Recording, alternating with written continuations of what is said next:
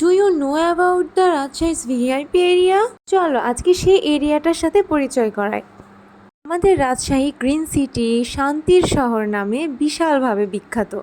কিন্তু এই রাজশাহীতে একটা এরিয়া আছে যেটা সব সময় জমজমাট থাকে এবং অলওয়েজ ভিড় থাকে। আমি এখানে ভিআইপি বলতে ভেরি ইম্পর্ট্যান্ট পারসন বুঝাইনি, ভেরি ইম্পর্ট্যান্ট প্লেস বুঝিয়েছি।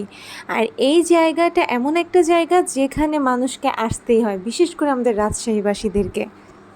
এটা হচ্ছে নান আদার দেন লক্ষ্মীপুর, যেখানে যেই দিকেই তাকানো যায় শুধু হসপিটাল, হসপিটাল অ্যান্ড হসপিটাল, সাথে আছে ফার্মেসিস অ্যান্ড আরও কত কি।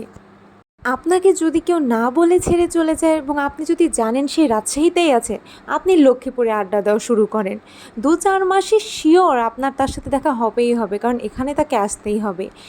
আমাদের শান্তির শহরের এই জায়গাটা থাকে অলওয়েজ অশান্তি এবং অলওয়েজ ভিড়। এত পরিমাণের ভিড় থাকে এখানে যে এখানে আমাকে প্রায় 20 মিনিট দাঁড়ায় থাকতে হয়েছিল। সরি, রিকশায় বসেছিলাম যদিও। এখানে আপনি একটুস করে ঢাকার ফিল পেয়ে যাবেন। এখানে যদি আপনি এক নজর চারিদিকে তাকান, আপনি অন্তত 10টা ক্লিনিক তো দেখতে পাবেনই। সাথে আছে রেস্টুরেন্টস, হোটেলস অ্যান্ড কনফেকশনারিজ, যেখানে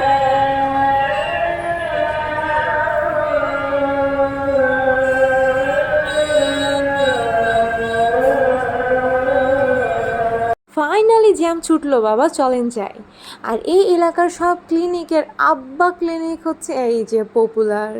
এখানে এনি টাইম আসলে পা রাখার জায়গা থাকে না ভাই।